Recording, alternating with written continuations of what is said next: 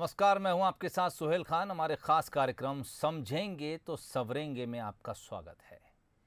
जंगली जानवरों की गांव और शहरों में एंट्री खेती और पालतू मवेशियों को नुकसान पहुंचाने के साथ ही इंसानों पर घातक हमले की घटनाएं देश और दुनिया में लगातार बढ़ रही हैं। खासकर जंगलों के नज़दीक के गांव और कस्बों में ऐसी घटनाएं आए दिन होती हैं। हाथी, बाघ, रीछ, नीलगाय, सियार, लकड़बग्घे जैसे कई और जंगली जानवर गांव पर धावा बोलने लगे हैं। जंगलों में वन्य प्राणियों की कमी के चलते भी मांसाहारी जानवर अब गांव में पालतू जानवरों का शिकार कर रहे हैं। पिछले एक दशक में जंगली जानवरों के हमलों में जख्मी और मरने वाले इंसानों और मवेशियों का आंकड़ा निकालें तो यह हजारों में होगा। वहीं इंसान और जानवर के टकराव से फसल, प्राकृतिक संसाधनों और दूसरे नुकसान का हिसाब किताब शायद करोड़ों में होगा। लेकिन सवाल यह है कि क्या इस टकराव को रोका जा सकता है? इसमें कमी लाई जा सकती है? नुकसान चाहे यहां का हो या वहां का हो, क्या इसे कम किया जा सकता है? कोई रास्ता है या कोई रास्ता दिखाने वाला है जो सच में गंभीर हो और जिसके प्रयासों को हम गंभीरता से लेने को तैयार भी हों?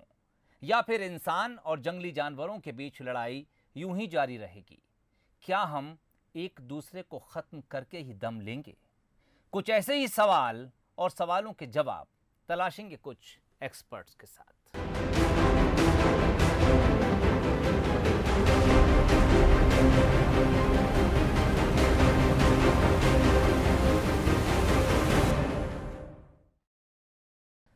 कांकेर के ग्रामीण इन दिनों एक वजह से जेल में रहने को मजबूर हैं। दरअसल ग्रामीणों को अपनी जान बचाने के लिए अब कोई दूसरा तरीका नहीं सूझा तो उन्होंने जेल में रहने का ये फैसला किया है। आखिर क्यों ग्रामीणों को घर में रहने की वजह जेल में रहना ज्यादा सुरक्षित लग रहा है? देखिए हमारी ये खास रिपोर्ट। गांव में हाथियों का आतंक, गजराज से ग्रामीण तंग, जेल को बनाया घर, ग्रामीणों में गजराज का डर। जेल में बंद इन ग्रामीणों को देखकर अगर आप ये सोच रहे हैं कि ये किसी जुर्म की सजा काट रहे हैं तो ठहरिए जनाब, ये लोग कोई अपराधी नहीं, ये तो अपनी जान बचाने के लिए यहाँ आए हैं। जी हाँ, आपने सही सुना, इनकी दहशत के पीछे कोई इंसान नहीं बल्कि हाथियों का झुंड है।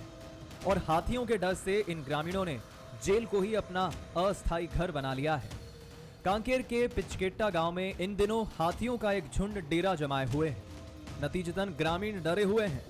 हाथियों के आतंक से बचने के लिए 300 ग्रामीणों ने जेल में शरण ली है। ग्रामीणों में खौफ इस कदर हावी है कि जब महिलाएं, बच्चे यहां सोते हैं तो पुरुष पहरा देते हैं। गांव वालों को सुरक्षित रखने के लिए नए जेल बन रहे हैं। यह हाल सिर्फ कांकेर का ही नहीं, सरगुजा, महासमुंद, जशपुर, ये वो गांव है जहां हाथियों के आतंक की खबर आती रहती है। प्रदेश भर में हाथियों के उत्पात के चलते सैकड़ों ग्रामीणों की मौत हुई है।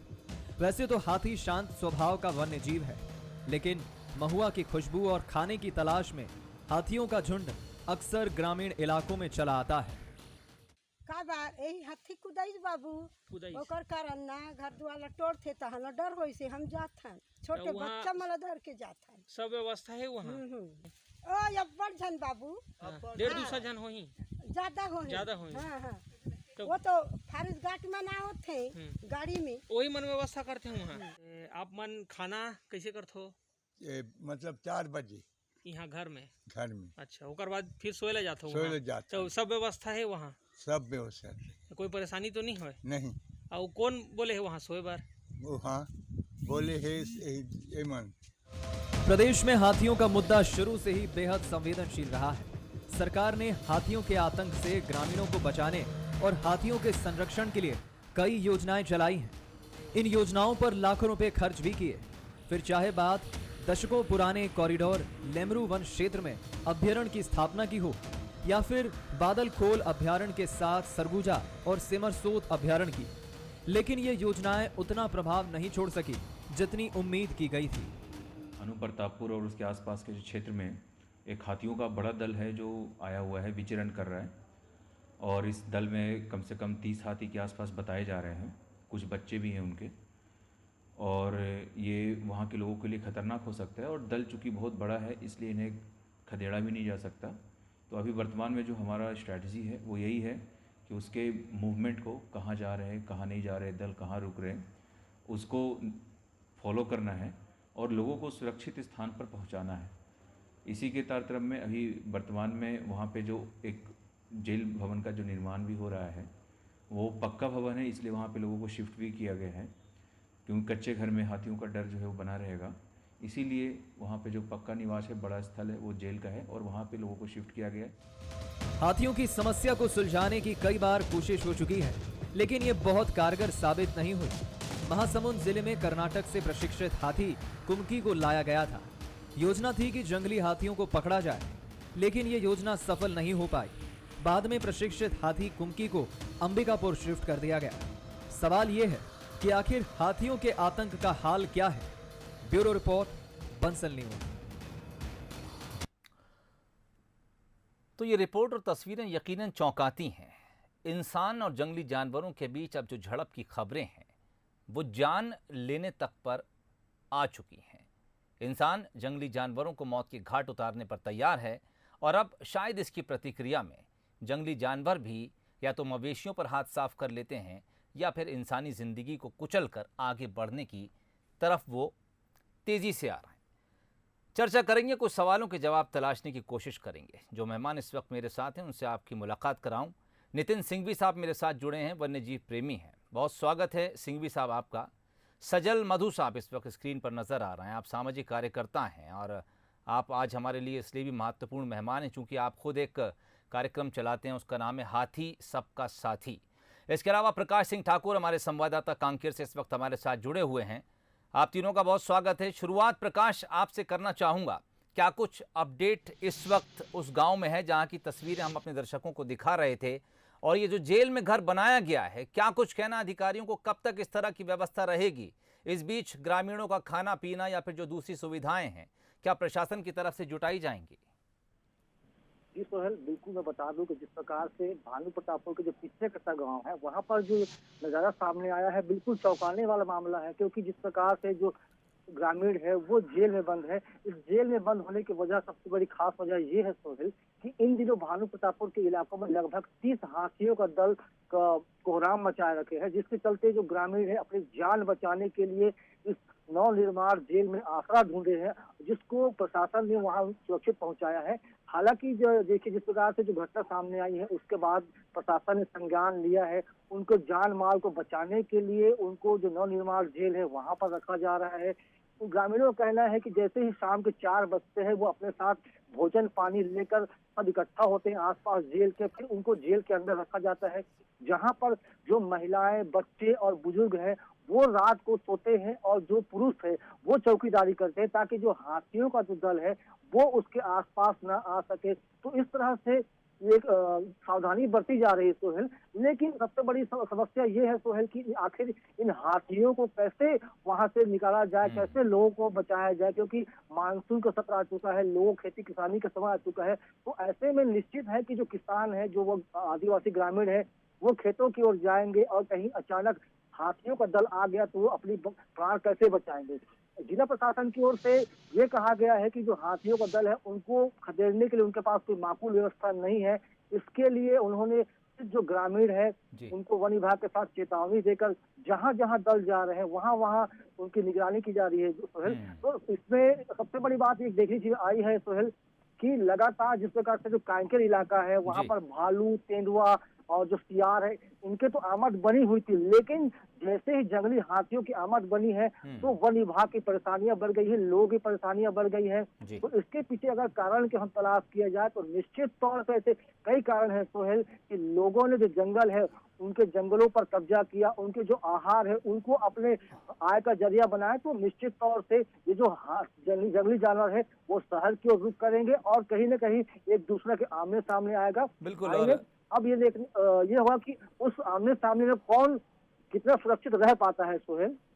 और ऐसा कुछ रास्ता बीच का निकलना भी चाहिए कि इंसान भी सुरक्षित रहे और जो प्रकृति और पूरे इकोसिस्टम का हिस्सा हैं जंगली जानवर वो भी सुरक्षित रहें। बहुत शुक्रिया प्रकाश आपका तमाम जानकारी हम तक पहुंचाने के लिए। और अब रुख करूंगा मेहमानों की तरफ। नितिन सिंघवी साहब मेरे साथ जुड़े हैं, इसके अलावा सजल मधु भी हमारे साथ जुड़े हुए हैं। सिंघवी साहब, पहले आप ही की तरफ आना चाहूँगा। हम देख रहे हैं कि सिर्फ छत्तीसगढ़ नहीं देश नहीं बल्कि पूरी दुनिया में इस तरह की घटनाएं सामने आ रही हैं, जब जंगली जानवर और इंसानों के बीच जो झड़प हैं वो तेज़ी से बढ़ रही हैं। लेकिन मैं लौटूंगा छत्तीसगढ़ की तरफ। हमेशा से प्राकृतिक संपदा से भरा ये इलाका रहा है। आदिवासियों की बात करें तो पौराणिक इतिहास यहाँ आदिवासी भी अपना रखते हैं। इसका अर्थ सीधा सा यही है कि सदियों से छत्तीसगढ़ में जंगली जानवर भी हैं और इंसान भी है, लेकिन मौजूदा वक्त में टकराव, उसके बढ़ने की वजहें क्या कुछ आपकी स्टडी देखती है?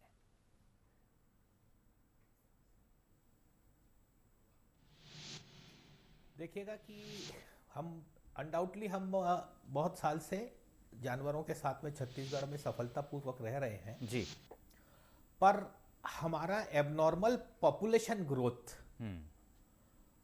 ये हमारे को मजबूर कर दिया कि हम जंगल की तरफ में जाएं, अंदर जाके कब्जा करें, पेड़ काटें, पट्टा प्राप्त करें और इन जानवरों का जो नेचुरल हैबिटेट है उसको हमने वर्ल्ड वाइड, विशेष रूप से इंडिया में तो हमने काफी कम कर दिया है।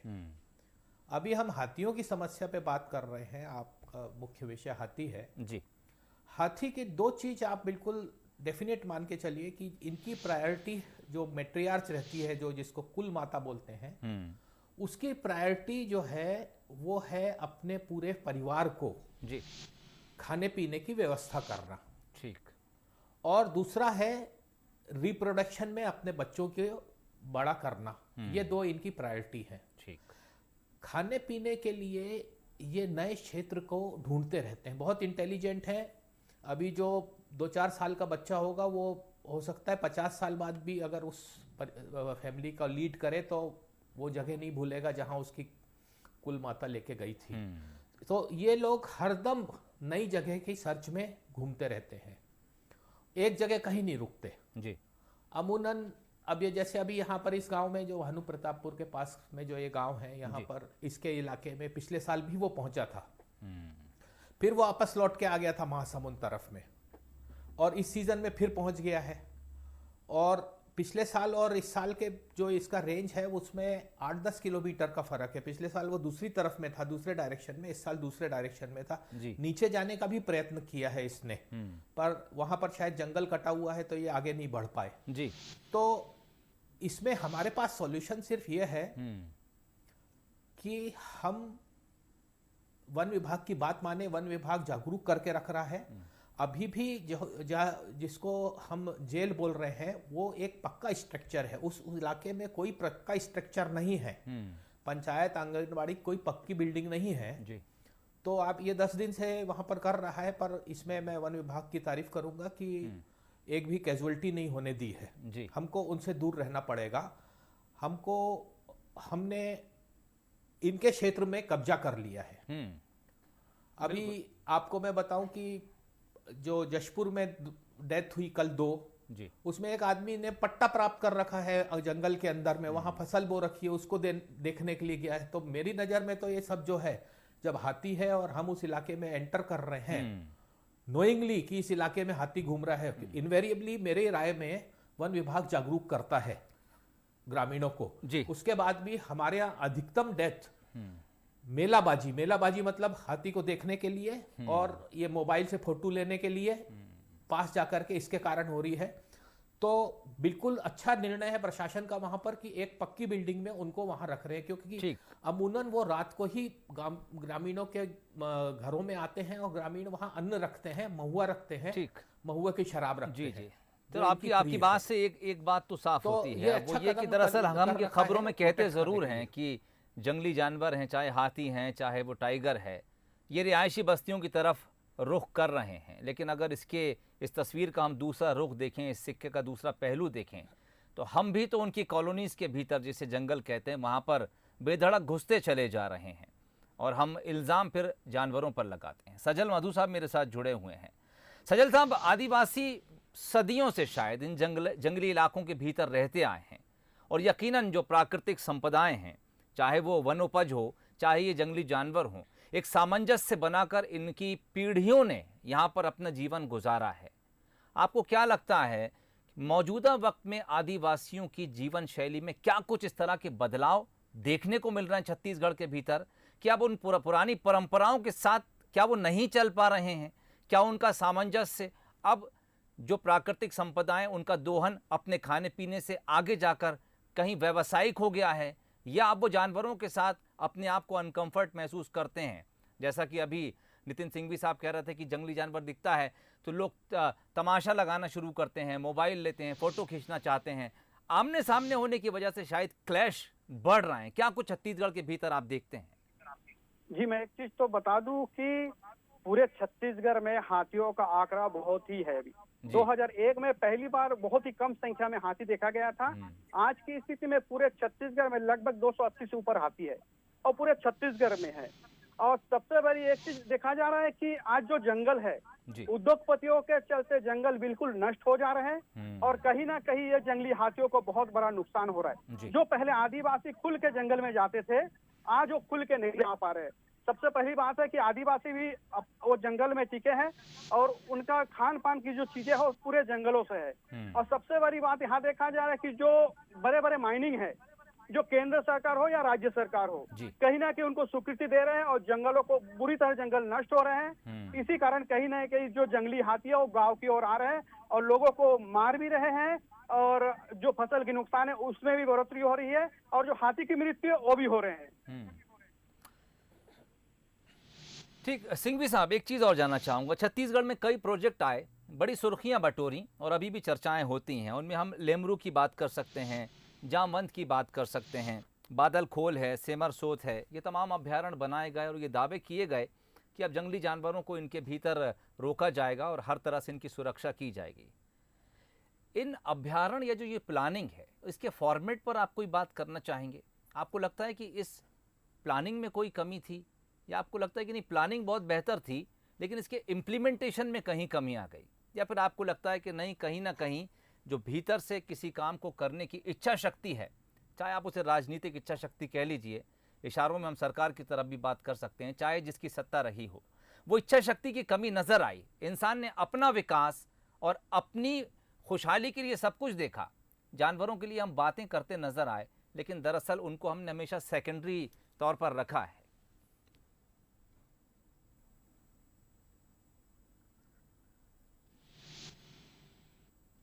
आवाज कट गई है। ठीक, सिंघवी साहब अब आपको मेरी आवाज मिल रही है? हाँ जी, आ गई जी। क्या मैं सवाल दोहराऊं अपना आपसे?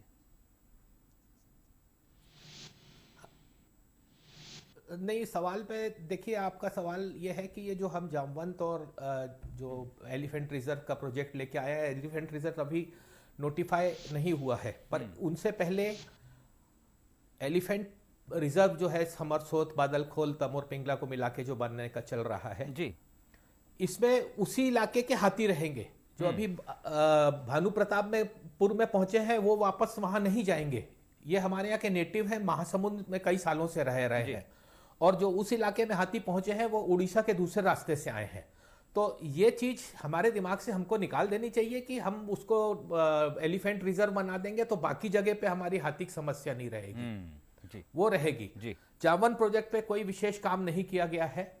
और एक चीज हो गई है कि हमारी सरकारें भी कंपटीशन करवा रही हैं कि जंगलों से ज्यादा प्रोडक्ट निकाला जाए। हर साल हमारे आंकड़े बढ़ते जा रहे हैं वन उपज के, उनके लिए भी कुछ रहने देना। अभी आप देखिए जितने कॉन्फ्लिक्ट्स भालुओं को लेकर के होते हैं, वो भालू और हमारा मानव दोनों महुआ बीनने जाते हैं, उसको बड़ा प्रिय है जी। अब ना हमारा वन विभाग समझा पा रहा है ग्रामीणों को कि भालू जो है वो ज्यादा दूर नहीं देख सकता और सुन नहीं सकता। सडनली उसके सामने कोई आदमी जाता है तो वो अटैक कर देता जी। है।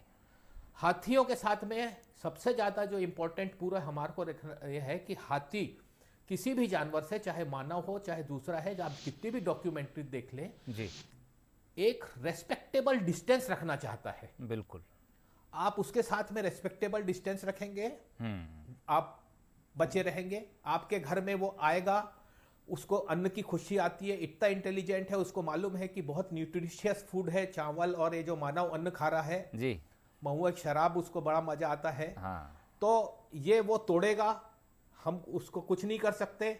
सरकार को उसका भरपूर मुआवजा देना चाहिए, जिससे ग्रामीणों में हाथी और दूसरे जानवरों के प्रति कोई भी दुश्मनी का भाव उत्पन्न नहीं हो जी।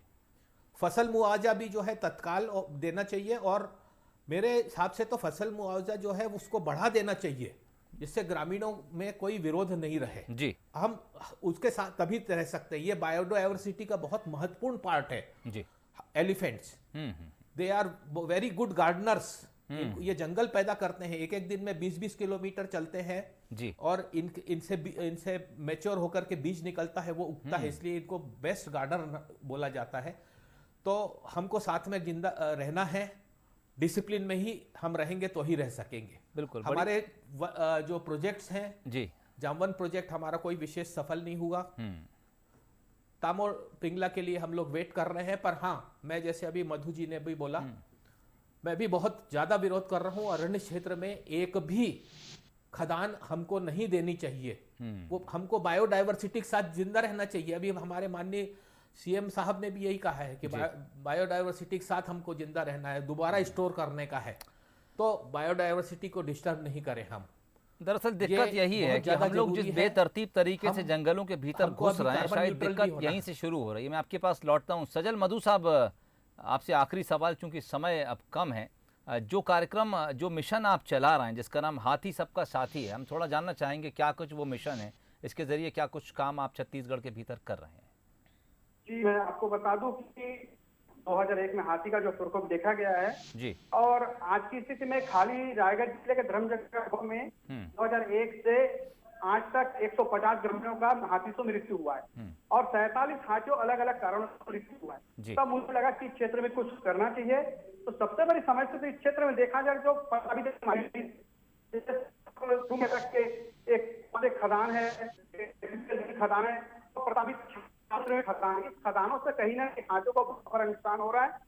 और मैं गांव में जाता हूँ प्रोजेक्टर के माध्यम से। सजल साहब का शायद नेटवर्क उनका साथ नहीं दे रहा है, इस वजह से उनकी तस्वीरें भी कटकर हमें मिल रही हैं, इसके अलावा आवाज़ भी डिस्टर्ब हो रही है। सिंघवी साहब, एक चीज़ और, हमारे इकोसिस्टम में प्रकृति ने हमें जो कुछ दिया, अब जो कुछ से मतलब हाथी से लेकर आप चींटी तक उसमें शामिल कर सकते हैं, इसमें से कोई चीज़ शायद गैर ज़रूरी नहीं है। मैं एक जगह एक रिपोर्ट पढ़ रहा था, उसके मुताबिक अगर आप एक बहुत छोटी सी चीज़ इस दुनिया में मधुमक्खी को ख़त्म कर देते हैं, तो रिपोर्ट ये दावा करती है कि कुछ सालों में पूरी दुनिया, पूरी कायनात ख़त्म हो जाएगी। हम कितने गंभीर हैं नितिन सिंघवी साहब इस रिपोर्ट को लेकर और इस अंदेशे को लेकर कि हम जिस तेज़ी से जंगल और जंगली चीज़ों को मिटा रहे हैं, एक दिन हमारे खात्मे की वजह बन जाएंगी।